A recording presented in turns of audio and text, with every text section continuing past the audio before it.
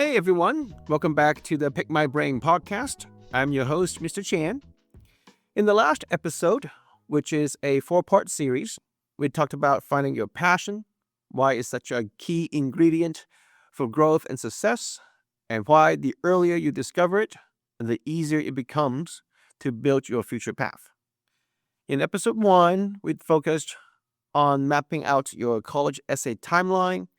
If you haven't listened to that one yet, add it to your list. It connects perfectly with what we are diving into today. You can't really write a strong essay without giving yourself enough time to brainstorm, build, and refine your story. I also mentioned a new concept I've developed, the 3-role model, which helps you approach your essay like an engineer, a writer, and a film director. As far as I know, this way of looking at essay writing isn't published anywhere else. It's a tool I've built for my students, and today you get to learn it too. My students have found it super helpful, and you're about to see why. So make sure you stick with me until the very, very end. And now let's begin with the first part of your essay writing process, your timeline. I would highlight the key checkpoints we discussed in episode 1. First, start planning before Thanksgiving of junior year. Aim to finish your rough draft by April and wrap up all essays by the end of July. You should use the structure and concepts from this episode before you begin writing, because knowing your direction early helps you build something powerful from the start. Otherwise, you might face a lot of revision later. And trust me on this one, that's a pain no one enjoys. And now we head to the next part of the essay writing process, which is to determine the structure, the content of your essay. Now, I am not your ELA teacher, but I like literature. And I'm going to share a few things that I learned as a student. And my background as a science and a math teacher would also give you some special insights that I haven't heard from other people yet. So buckle up and get ready. So, how do you approach to the structure of your essay writing process? How do you determine what the structure is going to be? Of course, you can freestyle it, but I'm not going with that route. I'm going with the more traditional, intro, body, conclusion, that kind of approach. Okay? And I would say usually you would go with that approach first, unless you want to do something really special and you have a good reason for that. But again, we'll be going for the typical approach: intro, body, and conclusion, kind of essay structure. Now, first up, let's talk about the whole structure as an engineer. Now, I tell my students, you are playing 3 roles as you write your college essays. 3 roles. Number 1, you are playing the role of an engineer. You need to plan your essay. For example, if you have 3 big sections, well, let's do a percentage. So, for example, let's say you got 25% for the introduction, and then you've got 55% or 60% for your body.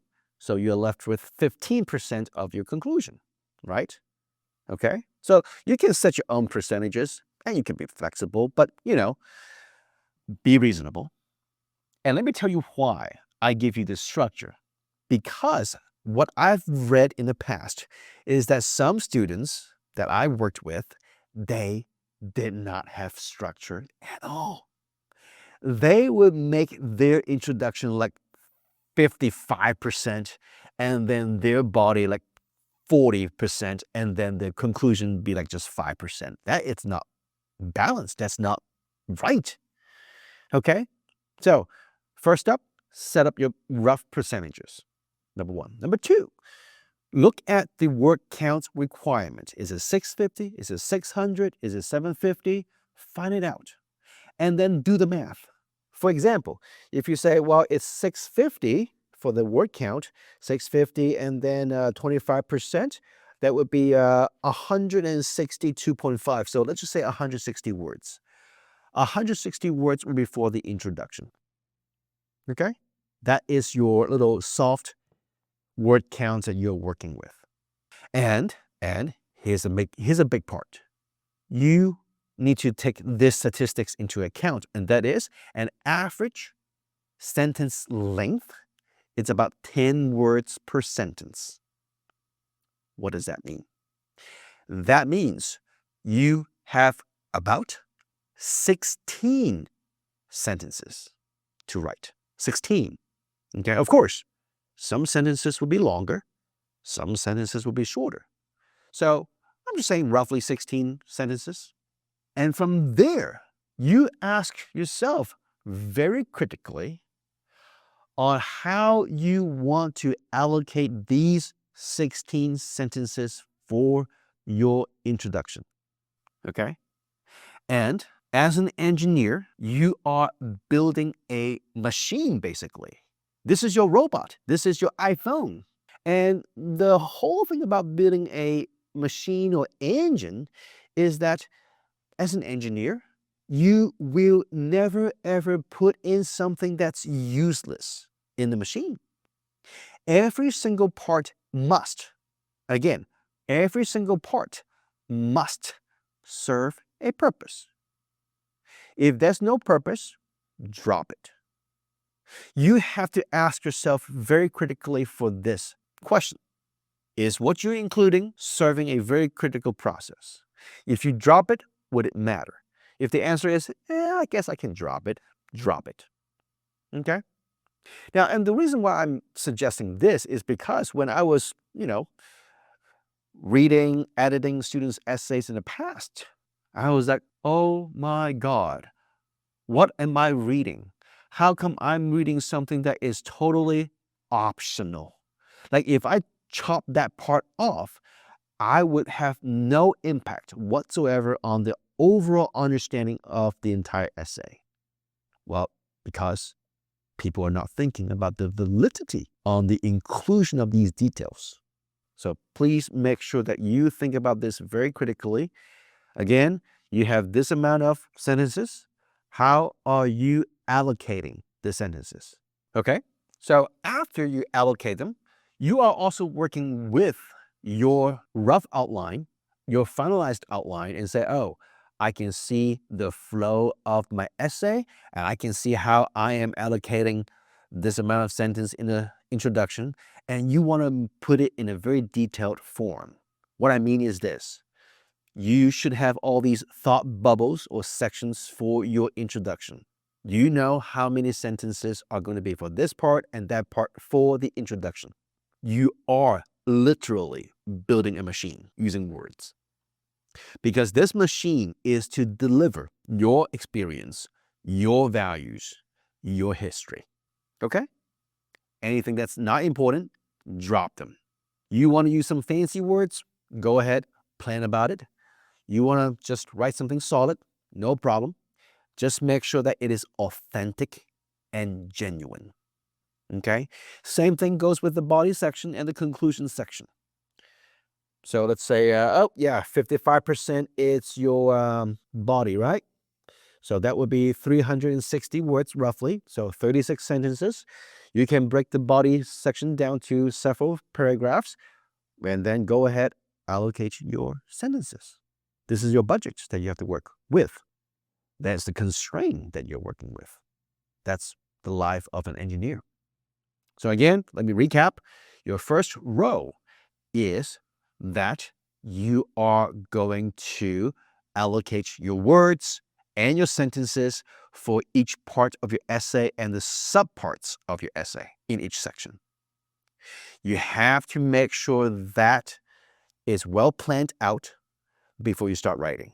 It makes no sense that you start writing without this process, to be honest, because you are going to just write with your free will, which is, initially it might feel good and it will be painful at the end. I'm telling you, it will be painful because it is so darn hard to distill information, because you will be at a point that you think like, oh, this is important, well, that is important too. And you have this huge dilemma of what to drop.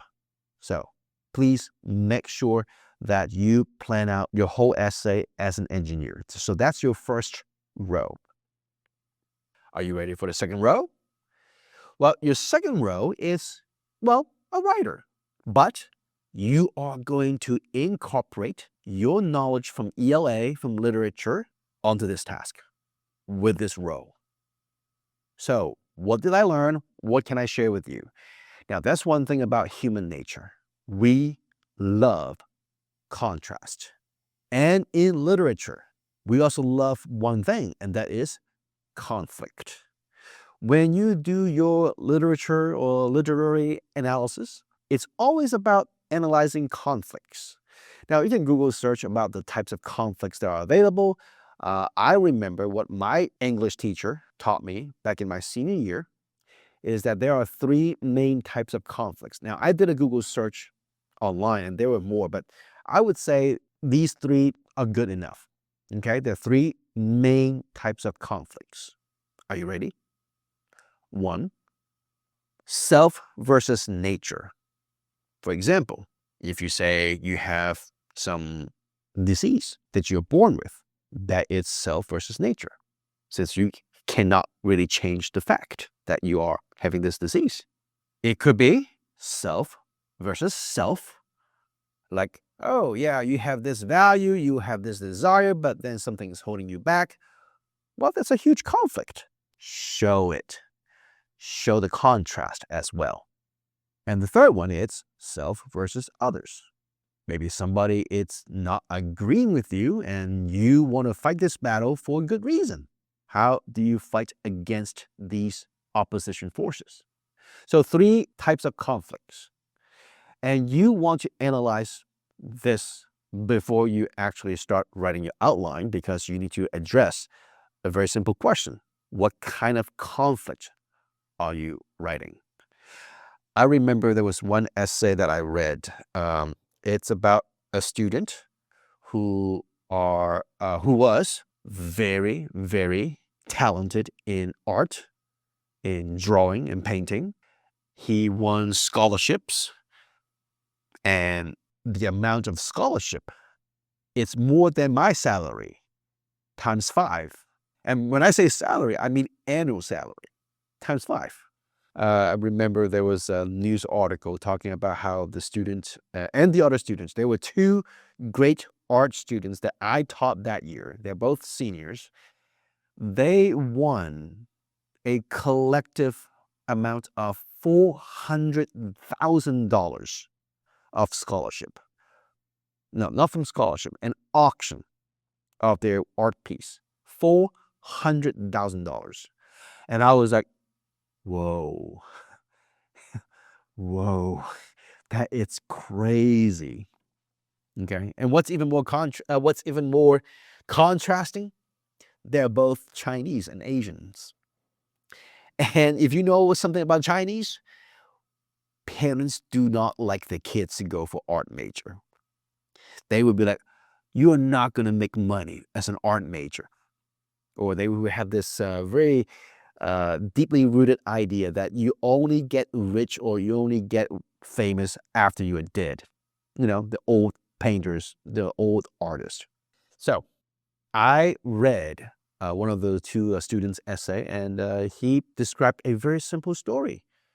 A simple story of his conflict with his mom, about how he encountered this opposition from his mom to not let him pursue this route as an art major or this passion of art, and how he fought, and he won his mother's trust and belief that he is determined to be a successful art major or art person, basically. I remember that the immediate thought after I read the essay was, wow, I have nothing to critique. It's very well written. It's very genuine. I can hear the voice from the writer. The contrast is there. The conflict is well written. It's clear. It's specific. And here's another thing about writing essays is to provide specifics. It's a common weakness. And let me be clear about what I mean by specifics. If you say that it is hard, you need to talk about how hard it is. You just cannot say, oh yeah, life is hard. Well, show some examples. What do you mean by life is hard? Is it because you have some intellectual challenge? Is it because your physical limitation? What do you mean? So this is the part where you got to think critically and include all kinds of details possible in order to provide a clear picture to the audience, to the readers. Be specific. Show sharp contrast. And if you are introducing a conflict, show the resolve of the conflict as well. Have a complete story. And that's the reason why the outline process is so darn important. You are not going to just freehand write the essays and then let it end. I have read an essay that was like 1,500 to 2,000 words long. And I was like, okay, I respect you. I will read the whole thing, but I'm going to tell you one thing too, and that is you're going to have to chop this whole essay into, a third of it. And that's going to be a huge challenge because the reason why the student would write so much, simple, every single thing is important. I appreciate it, but that would be a novel, not an essay. That's why you got to perform the role as an engineer and also a writer. Be very strategic about your essay planning and writing process. Okay? So an engineer, a writer. Engineer, plan, allocate your budget. Writer, show your conflict, show your contrast. And now the third and final row. And that is you are going to be your own director. Like a movie, like a film director, okay? So when you think about your essay, when you're planning, you are basically trying to come up with a script. You are thinking about the story flow and say, all right, am I going to have a good movie out of this planning, out of this sketch, this draft? Would this be a blockbuster? Would it be an Oscar-worthy movie? Now, I've never been directing in my past. I am no director. But I would say everyone got a good movie in your head, right? I hope. And you should be able to say, oh yeah, this movie is so moving because of blah, blah, blah, this reason. Or this video is so striking, left a very strong impression in your mind for blah, blah, blah, some reasons. And that's what I'm asking. That's really what I'm asking here. What part of your essay, your story, is going to leave a strong impression? If you say, well, as I am thinking about the planning of this story, the essay, it's kind of flat. Well, then change it. You don't start writing it when you know it's not going to produce a blockbuster. Why would you do that? It makes no sense. So please be your own director, okay? I'm not asking you to exaggerate, all right? But I am asking you to plan ahead and be very critical in this whole planning process before you start writing, okay? I am a strong believer that if you plan well, the whole writing process will be a whole lot easier. Plan very well. Plan ahead. Plan strategically. Plan like an engineer. Plan like a writer. And plan like a director. If you can't see how this would be a good movie, all right, work on it. Work on it. because it has to be a good movie. And now, after introducing the 3 roles that you have to play, here comes a final comment, and that's very, very important as well. Now, after listening to these 3 roles and the timeline, I hope you have some ideas. Now, if you don't have any idea, what do you do? Well, I'm glad that you asked. Here's my suggestion. Okay, and that's why I said you got to plan earlier. Now, if you say, well, I'm having some difficulty in filling up some details of the content of the essay, well, okay, good. Good that you know you're lacking something. Then go ahead, create something. If you start your planning process early, you still have some time to create your experience. For example, let's just say, for example, you want to be a doctor and you have never done anything medicine related. And let's just say right now it's, October of your junior year. Okay, no problem. Let's do something. For example, hey, what about having a YouTube channel? Just like this, make a podcast. And make a podcast to document your journey who wants to be a doctor, and yet you have not done anything medicine related. And every single week or every single month, you set yourself a goal to research about some questions that you actually care because you want to be a doctor, right? Go learn something. Go share something. Now, not only you gain experience, you are creating values. And if you ask good questions, you are confirming that you are really into this profession. Not only that, you can put this activity on your resume. You can also share this experience when you go to interview in the future. See? Win, win, win, win. You are winning so much because you are dedicated to build your own good future. Okay? Now, if you are not a talkative person like me, you don't want to do a podcast, it's not a problem. Go ahead, write a blog. And it is not really about how many people read your blog. It's about how you go through the process of, finding out information to confirm your dedication, your passion, and your future. And with the emergence of AI, let me also tell you something. You can also think about creating an app. You can go ahead and search vibe coding. Now, this is year 2025. Okay, this is the time of the year of recording this. I have no idea what AI would do in the future. I'm guessing that it can only be better. So right now, you can code something. You can make an app, whether it's a web app, smartphone apps, or desktop apps. You can make applications without any knowledge of coding. AI can do it for you. Now, maybe it costs a little bit of money to subscribe some subscription. There's some workaround with that, I believe.